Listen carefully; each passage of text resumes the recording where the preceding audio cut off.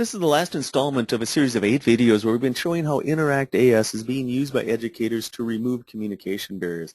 As I've been working on these videos, I've been talking here for the last hour or so, I've been thinking about all the various capabilities that I haven't had a chance to show you. And so I'm just going to step through these real quick. And so let's start over with the User tab on the far left of this ribbon interface here. And what that's all about is it gives you the ability to save your preferred settings. So let's say, for example, in a given school building, you have this software installed on 4 different laptops, and those laptops are being shared by a lot of users. What you can do is save your preferred settings in what we call a user configuration. And so if you've noticed, I've been using these various configurations with RDP and then a language after it. So RDP is my initials, and so if I wanted to have a conversation with somebody who spoke Mandarin Chinese, what I would do is click on this user configuration, and up's going to come all my preferred settings. So in my case, a male voice. I tend to talk a little faster, so I like a fast cadence. And in this case, the Mandarin language pair is going to be automatically loaded for me. The point being, it's very easy for multiple people to be able to share a given system, and that's all done for you with this user tab. Jumping back over to the Translate tab, we've spent quite a bit of time here. One thing that I did not do, though, I apologize, in the last video sequence, I should have done this. But if you, after you've created this transcript of your IEP meeting or used your voice to generate, to dictate a document, or perhaps that student in the classroom, and the student now has the transcript of everything the teacher has said during that that hour. What you can do is come down here and click on this Save Log button.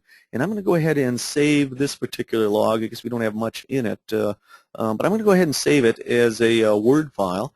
And I'm going to save that to my desktop so I can easily find it. And we will just call it my meeting, let's see, notes. Okay. And so there we go. Let's get that spelt right. There we go. And now what I can do is go out here, and here is that document, my meeting notes. So I'm going to go ahead and open that up. And what we have here then is the transcript of what we've entered into that log. So now if you had this transcript running for the entire IEP meeting, you'd have these pages filled up with everything that is said. And in this case what we have is English to Spanish, and so I've put this as a descriptor on here. So here's the initial English phrase that was spoken, and here's the translation that was given. And for the reverse direction, then you'd see Spanish-English with the Spanish on top and the English translation underneath.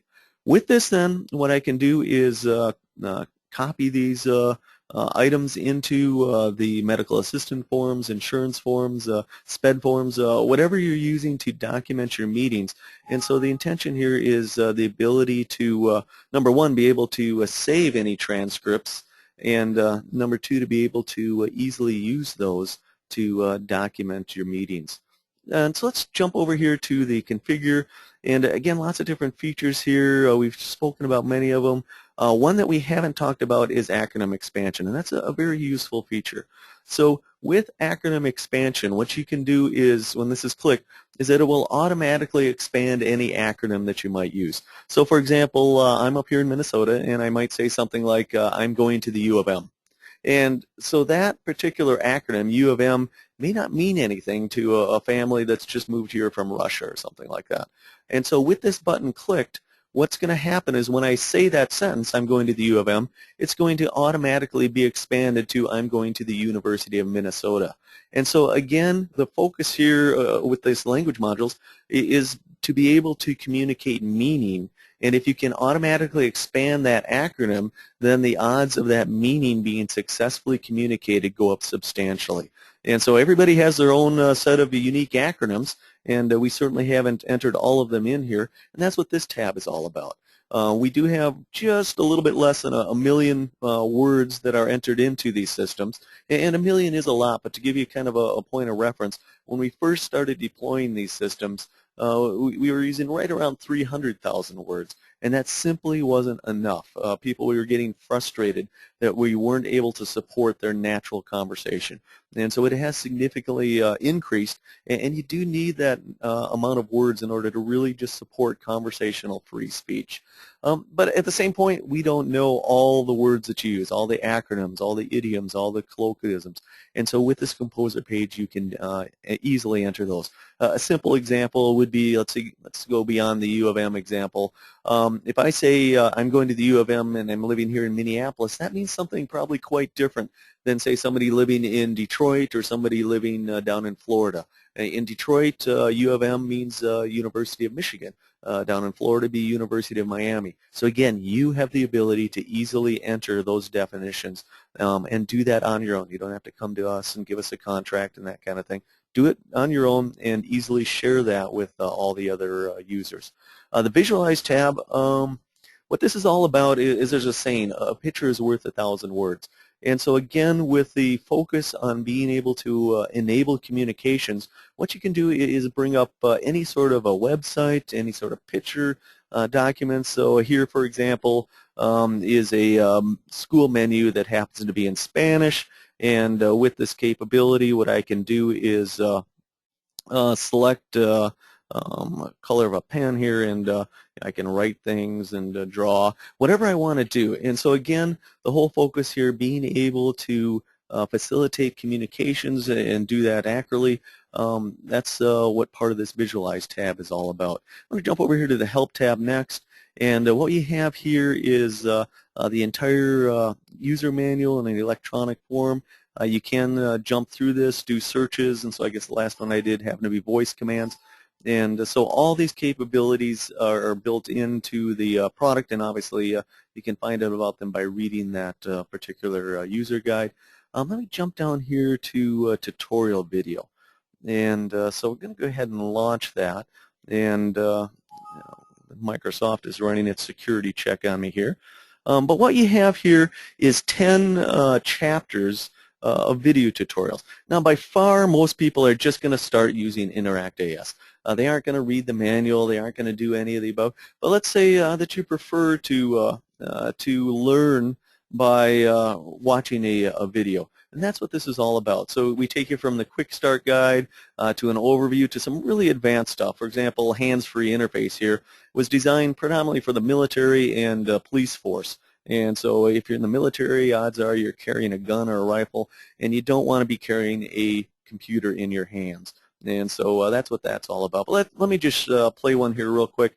I'll just do about 30 seconds of, let's just pick this one. And I'll let this run for, again, just a few seconds here so you can see it. The language barrier by instantly translating conversations. This part of the tutorial will take you about 5 minutes to complete. It provides an overview of Interact's features, including how to navigate the interface.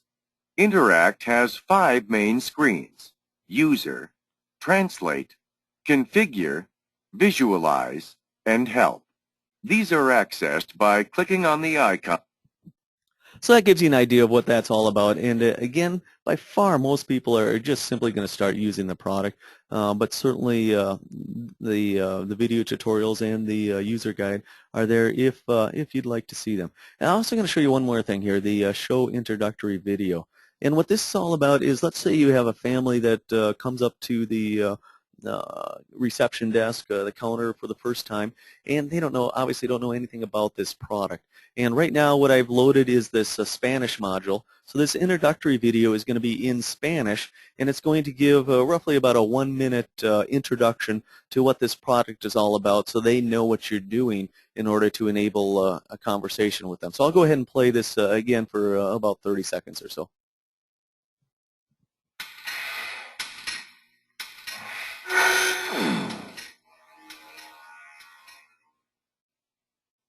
Aunque no hablo español, nos podemos comunicar utilizando esta computadora.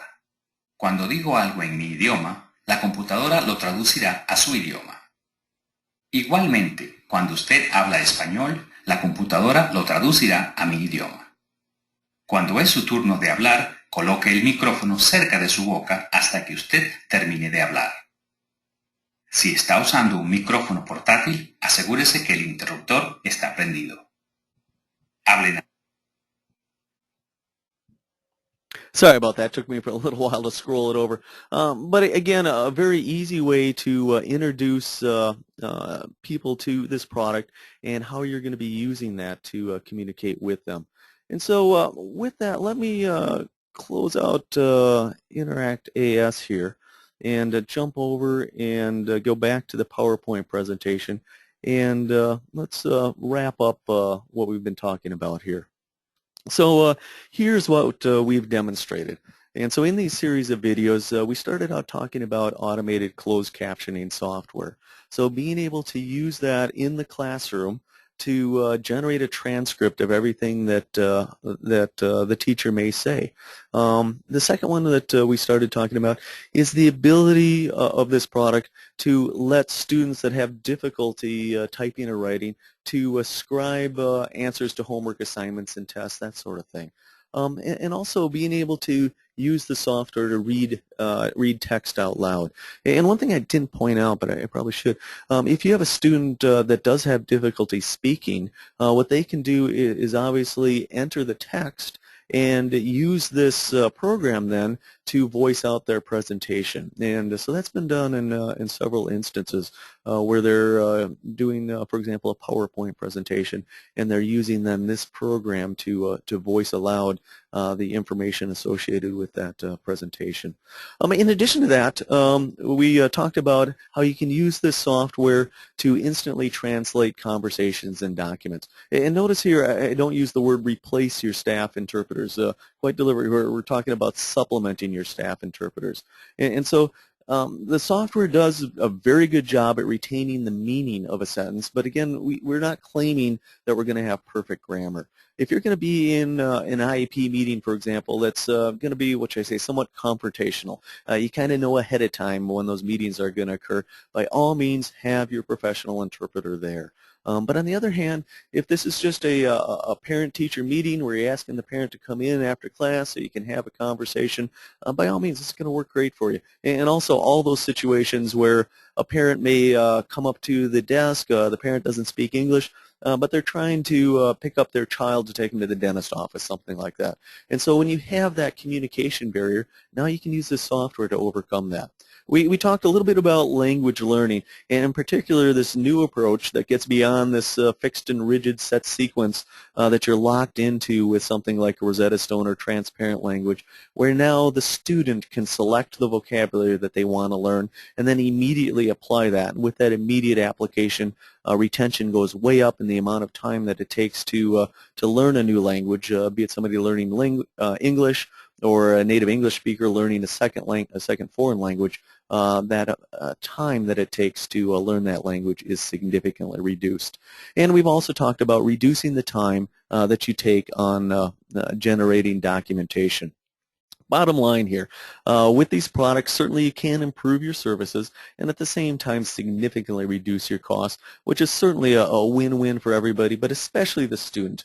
That's been our predominant focus here, is being able to address the student's needs in a better and more efficient manner. So a lot of different reviews here of our products, and these are all done by independent associations, individuals and such. For example, in the upper right here, you have Law Enforcement Magazine, that out of the thousands of products they evaluate each year, they selected this product as being their #1 recommendation as a new product.